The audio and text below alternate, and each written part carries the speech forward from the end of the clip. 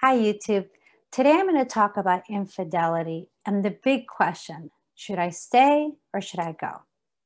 My spouse had an affair. Should I try to work things out or should I leave?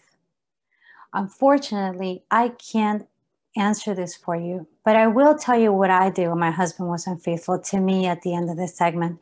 And also, please stick around for a downloadable marriage quiz at the end of this video. So I know that many people will tell you to get out. I believe the most common phrases are once a cheater, always a cheater, or a leopard never changes their spots, right? Most of the times, these are well-intended people trying to give you what they think is the best advice. The problem is that many of them speak from their perception of things without actually having experienced this for themselves. And we all know that speaking from a place of inexperience is really quite different. You also have the people who have experienced infidelity, and so they make your story the same as theirs. They got cheated on, so now they swear that all men are pigs or all women are cheaters. And they just can't wait to share this with you as truth, as facts. And they really try hard to convince you that their story is exactly the same as yours, don't they? So you have to get divorced. Some friends may even try to pressure you to decide because they want to help you. They may get a little pushy, even like, okay, are you staying or are you leaving? I'm here. Let's do this. Let's do this together. But all this is really doing is adding more stress to your situation, I know, because you feel pressured on top of not knowing what on earth you're going to do. You may still be in shock or going through the trauma of the betrayal. So you're basically in an emotional fog. And besides, everyone's circumstances are different and everyone's marriage is unique. So how do you know who to listen to or what to do, right? And marriages don't come with a manual. So this is something that may take you some time to figure out. This is an enormous decision that requires deep introspection and most definitely assistance from a professional. So I want to make it very clear that I don't condone infidelity in any way. But if you're going through this right now, I want to ask you this. You build a life together. You may have children together. You build a home together. Do you think this marriage is worth saving? Because if you do, just know that is going to be so hard. I can't sugarcoat this. God, it will be so, so difficult. But so is divorce. And even though I know that divorce has become almost casual to some these days, it seems like marriage is not revered the way it should be anymore. You hear so many people getting divorced nowadays, and all of us know someone or many someones who are divorced, right? And the media, well, that's just full of celebrity divorces. It's like a circus. So please stay away from those stories if you're going through this because they are not going to help you. But I will tell you that I have seen people quit from both ends, the person who was wronged and the adulterer. And I noticed sometimes there's deep regret from both ends. People who committed adultery acknowledge running away because when they saw the pain and suffering on their partner's face and the chaos they caused their family, their reaction was to take off and quit.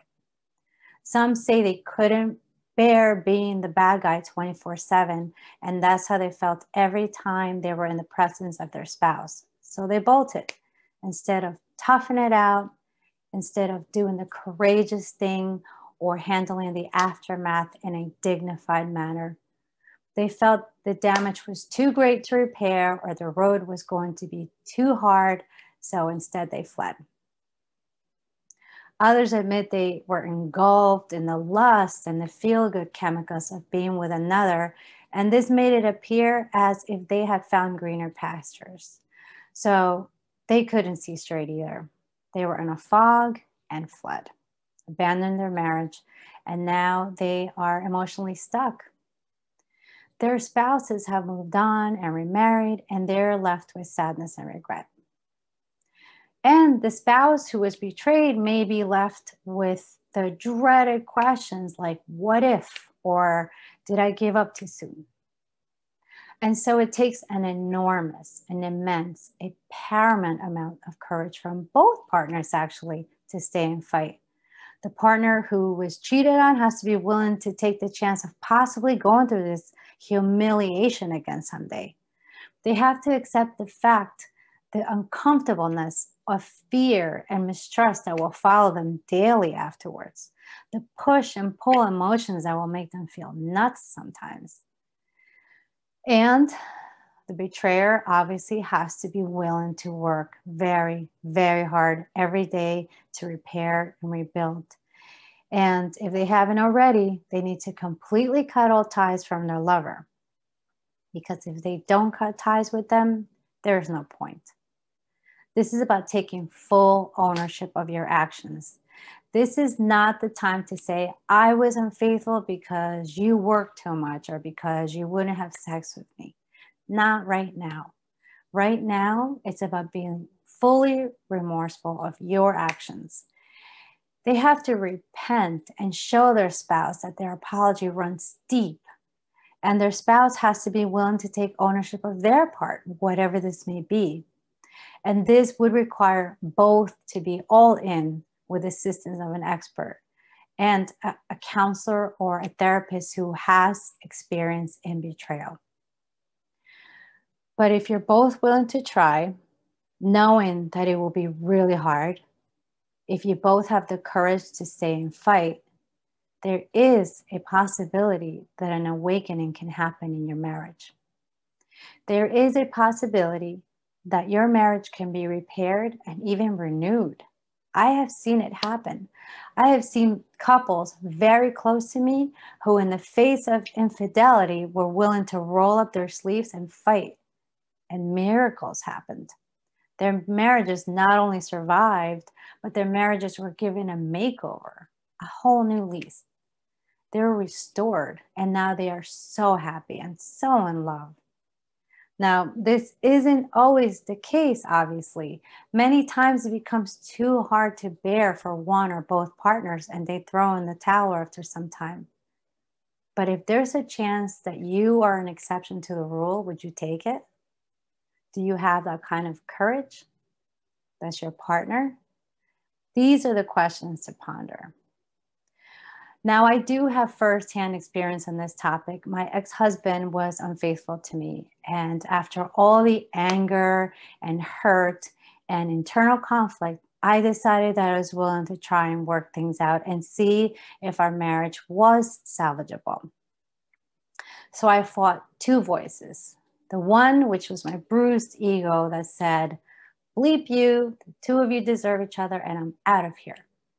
And the other one who said, this is my husband. We have been together since we were 18. We have been through so much together. Deaths, triumphs, births, a new home, you name it, so much. Am I willing to give up on our marriage this easy? And what about my vows? As I previously mentioned in the last video, I was raised Catholic and always looked to my faith during these trial times. And I felt that this was also a good way for me to prove to God and to my husband how much my vows and my promises really meant.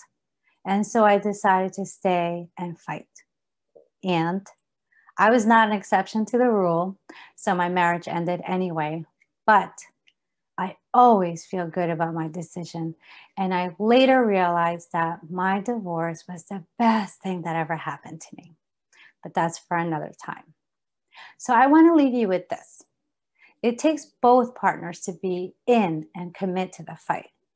But if you do decide to stay and try to save your marriage, then you will always be able to look back and say you gave it your all and you did everything that you could, the very best that you could.